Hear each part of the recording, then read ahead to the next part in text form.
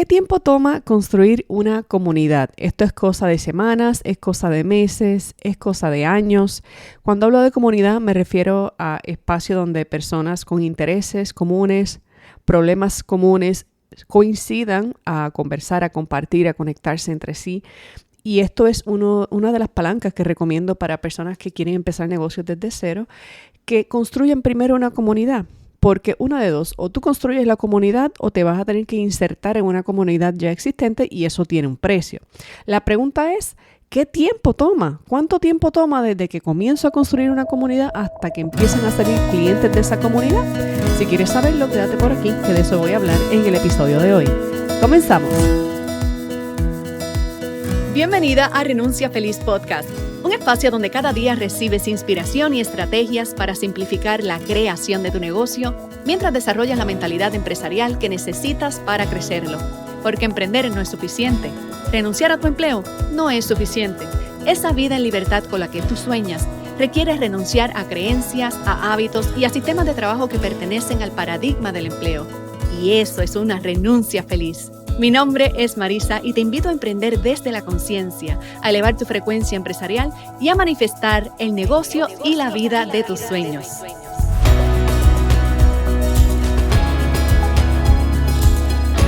Saludos y bienvenida a tu podcast favorito. Marisa por aquí te saluda en la mañana del martes estratégico y hoy vamos a hablar de comunidades, de construcción de comunidades como uno de los activos principales de un negocio que está en su etapa de nacimiento o incluso negocios que existan ya pero quieren tener una presencia en otros medios, en otros espacios.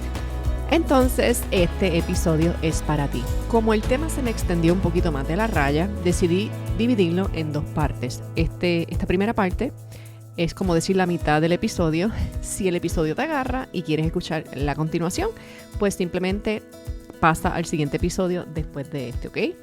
Así que vamos allá. Mi recomendación es que comiences construyendo una comunidad. Por ejemplo, si quieres tener una presencia digital, a lo mejor tienes un negocio físico, tienes un restaurante o tienes una tienda de ropa o tienes un negocio X o Y y tú quieres tener presencia a través de internet para que las personas que están pasando horas y horas y horas todos los días en el internet te descubran y vayan a tu negocio físico o incluso puede que tu negocio sea 100% digital y tú quieres ser encontrada o ser encontrado en los medios digitales. Una de las cosas que recomiendo, no la única, pero una de ellas es la construcción de una comunidad. Y especialmente tenemos las plataformas que nos permiten hacer esto gratuitamente, que son las redes sociales. Yo no te recomiendo que cuando estés comenzando, si estás comenzando desde cero tu negocio, no te recomiendo que vayas a lo loco a querer crear comunidades en todas las redes sociales simultáneamente.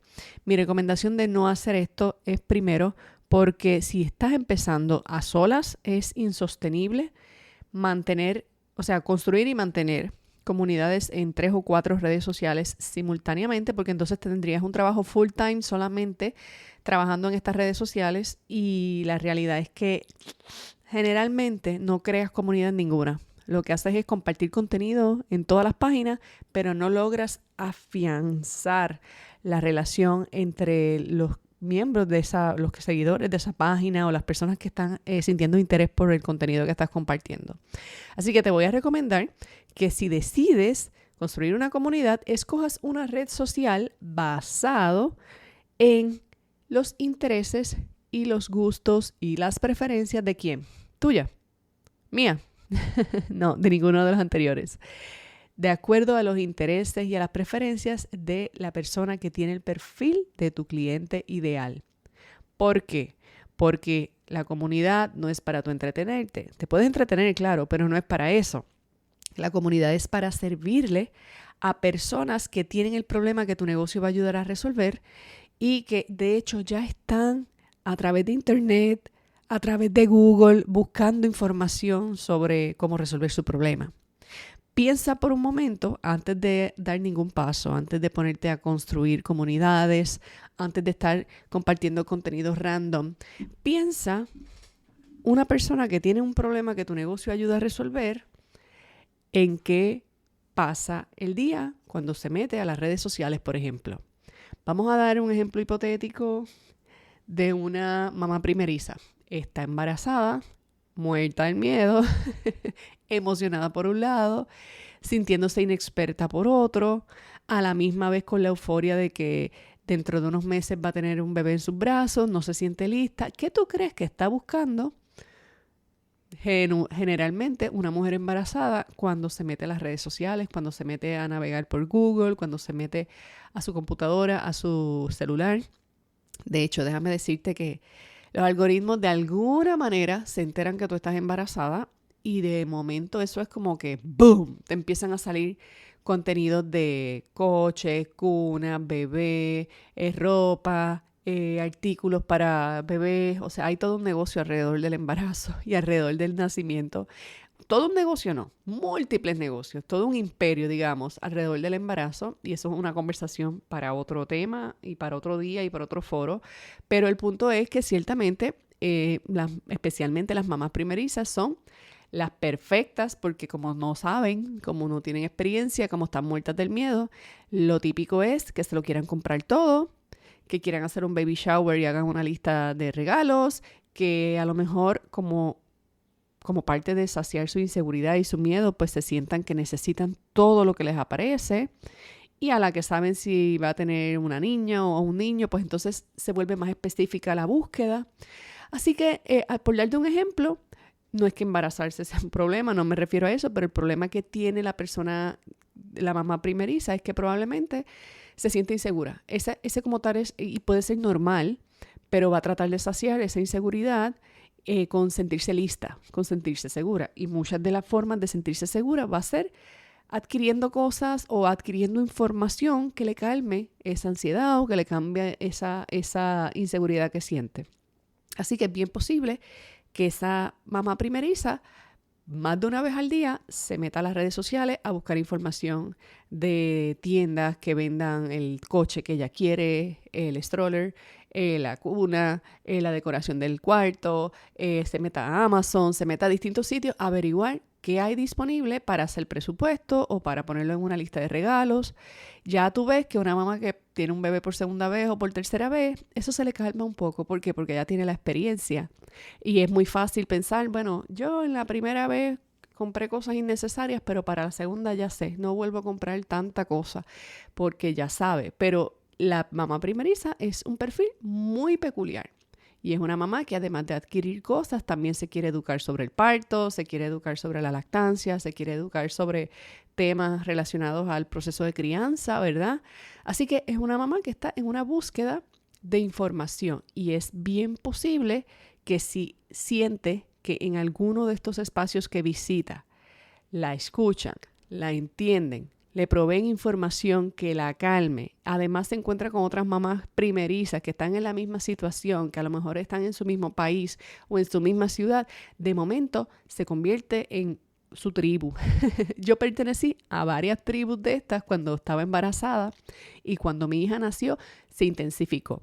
Una de las primeras tribus donde estuve fue una tribu de parto consciente porque yo quería un parto bien humanizado y yo quería tener un embarazo y un proceso de preparación para el parto bien tranquilo, bien en paz, y entré a tomar unas clases de este tipo de trabajo y cuando estaba en esa clase pues la maestra tenía un grupo de Facebook privado y en ese grupo de Facebook eran todas mamás primerizas o no, eran otras a veces de segundo o tercer embarazo, pero habían mamás que habían parido ya, habían dulas, habían parteras, habían todo tipo de profesionales y de mujeres experimentadas y especialistas en lactancia, y por lo menos cuanto más se acercaba el momento de dar a luz, yo me sentía, aunque estaba ansiosa por un lado, por el otro me sentía acompañada.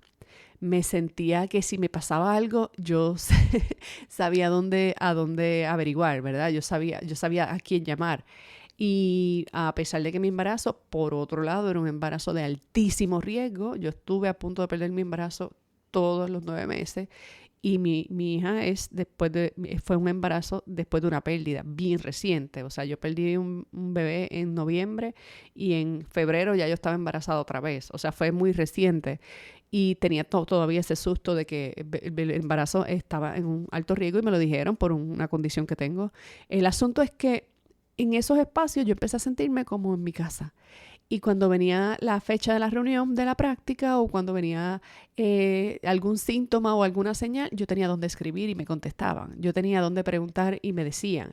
O yo veía a otras mamás pasando por procesos que ya yo había pasado y yo podía participar y dar recomendaciones. ¿Qué pasó? Cuando nace mi hija, que es toda una historia media caótica porque aquí en Puerto Rico hubo un apagón, eso fue en el año 2016, antes del huracán María.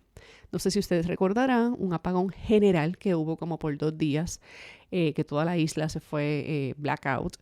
Y pues yo estaba dando a luz en medio de ese caos y se fueron las comunicaciones y se fue la luz y no conseguíamos, no había forma de comunicarnos, los hospitales, algunas oficinas médicas sin servicios eléctricos, los ascensores no servían, los estacionamientos, bueno, un caos.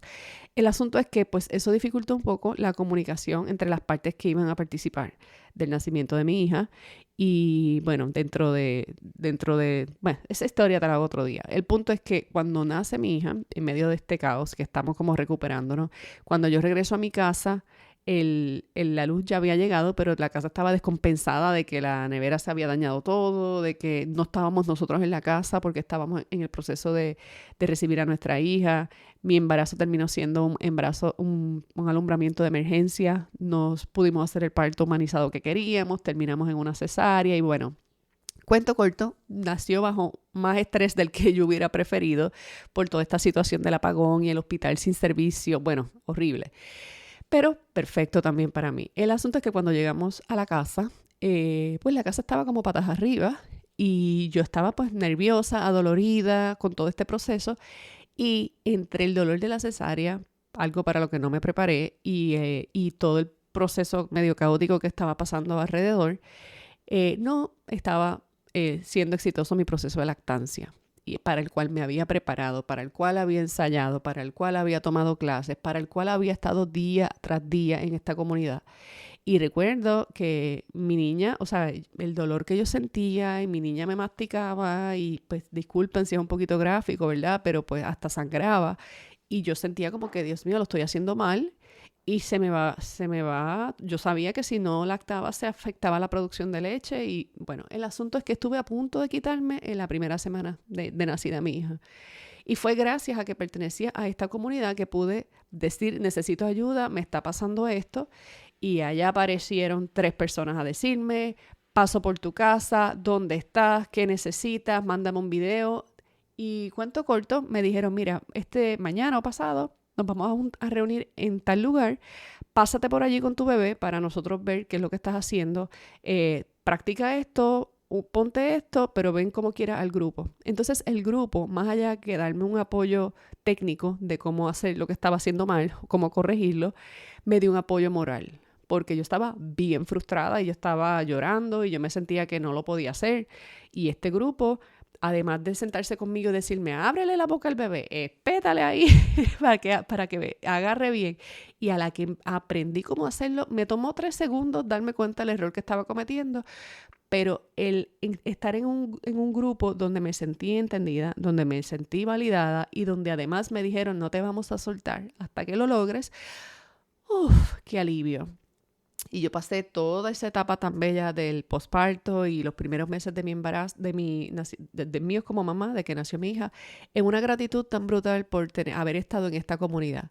Y no fue la única. Después vino la comunidad de las que hacen los alimentos en la casa, porque yo quería darle comidita hecha en casa a mi hija, no de potes.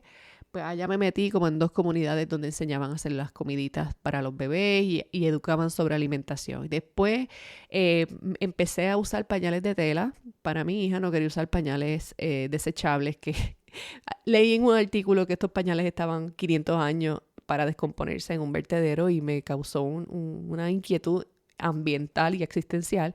Así que decido empezar a usar pañales, que resulta que eso se le llama pañalear, usar pañales de tela.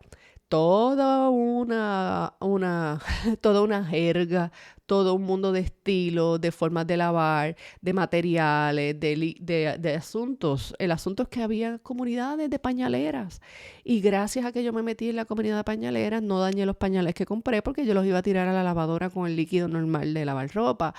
Y cuando vine a ver, tuve un pañaleo exitoso, una lactancia exitosa. Después, cuando empecé a usar el carguete que es como el saquito para tú cargar a tu bebé a frente tuyo, pues resulta que lo estaba usando mal, que estaba poniendo las piernas de la niña incorrectas, que estaba usando el objeto inadecuado. Pues me metí a una comunidad de carguete y allá aprendí a usar el carguete, a comprar el correcto, a acomodármela al frente, a acomodármela en la espalda sin atrofiarle las piernas. Y tuve un proceso de cargar a mi hija en el carguete como hasta los 4 años. Y fue exitoso, funcionó divinamente gracias a las comunidades. Ahí te estoy poniendo un ejemplo del impacto que tienen las comunidades. ¿Y qué tú crees que pasó? En la comunidad de pañales, fui a las tiendas que dijeron ellas que fuera. En la comunidad de los carguetes, compré el carguete de la marca que ellos me recomendaron. En la comunidad de lactancia, utilicé los productos y las cremas y los suplementos que allí me recomendaron. ¿Por qué? Porque lo natural me dice, mira, este es el grupo que me genera confianza, que contesta mis preguntas, lo que allí me recomienden es lo que voy a usar. ¿Ok? Así que observa. Fíjate que la comunidad existe primero para servir y luego genera, de tanto valor que genera, termina generando algún tipo de interés en que, como se da la confianza entre los miembros, entonces lo que se recomienda allí casi es como vayan y compren esto, ¿verdad? Y lo más importante es que tú tengas esto muy claro. No sé cuánto tiempo te va a tomar identificar quién es tu cliente ideal bien, porque imagínate, si le hablaran a todas las mujeres, pues yo no hubiera caído en esa comunidad, pero cuando le hablaban a mujeres, madres primerizas lactantes, o cuando le hablaban a pañaleras, o le hablaban a las que cargaban en el carguete, pues a mí se me hacía fácil identificar ¿qué? El problema. Yo identificaba que yo tenía el problema, no era consciente de eso, pero estaban hablando del tema que a mí me interesaba. Tenían un nombre en esas comunidades donde se hablaba del tema. Yo tenía una amiga, me acuerdo que cuando tenía el carguete ese, el saquito para cargar a mi hija, yo me saqué una foto donde mi hija estaba mal agarrada y esta prima me dice, prima, con todo respeto, cuidado con lo que estás haciéndole a las piernas de la niña, mira cómo las tienes, se supone que queden abiertitas, espatarraditas y no colgando. Le puede hacer daño a las caderas. Y yo recuerdo que yo dije, wow, gracias, mira lo que es la ignorancia. Y yo le dije, ¿dónde consigo información sobre el uso correcto de estas cosas que son un éxito, pero hay que usarlas bien? Y ella fue la que me introdujo, ella fue la que me dijo, te voy a mandar a este grupo, porque todo el tiempo estaban haciendo videos de demostración de cómo, porque hay distintos tipos de carguete y yo no sabía cuál yo tenía. Está el que es una tela que se amarra en el hombro, está el que es como una mochila que se amarra en el pecho o en la espalda. Y gracias a que yo entré a ese grupo, válgame, terminé comprando 2 carguetes más. Y adquirí los de óptima calidad, que los tuve hasta que la niña fue grande y después los pude revender para adelante casi al mismo precio porque resulta que son de un material, bla, bla, bla, bla, bla. Lo mismo con los pañales. Y lo que te quiero decir es que en el momento en que la comunidad fue de valor para mí y me aportó una ayuda real, que yo pude cuantificar o cualificar, que yo pude decir, gracias a lo que esta gente me enseñó, aprendí a hacer esto. Gracias a lo que esta gente me enseñó, pude irme de viaje con mi hija, con mi carguete y no tuve ningún problema. Gracias a lo que esta gente me enseñó, en vez de botar el dinero en un carguete que no sirve, lo invertí en uno que sí sirve. Y también recuperé mi inversión cuando lo vendí para adelante. Y así por el estilo, ¿verdad? Así que yo no sé cuánto tiempo a ti te va a tomar descifrar bien quién es tu cliente ideal y descifrar bien cuál es el problema que resuelves. La mayoría de las personas que están emprendiendo con nuevos negocios se salta esta parte.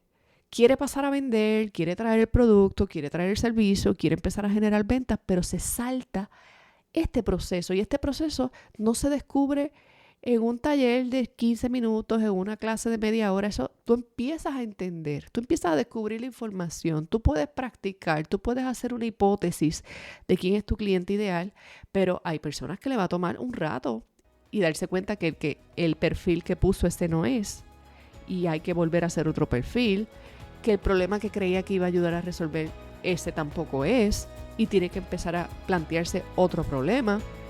¿Cómo saber si eso es lo que te está pasando? ¿Qué hacer si lo descubres? Si descubres que de momento estás hablándole a la persona equivocada sobre el problema equivocado. Vamos a continuar esta conversación entonces en el próximo episodio, que es la continuación de este tema. Así que terminamos este episodio por aquí y pasa allá. Hasta la próxima. Bye bye.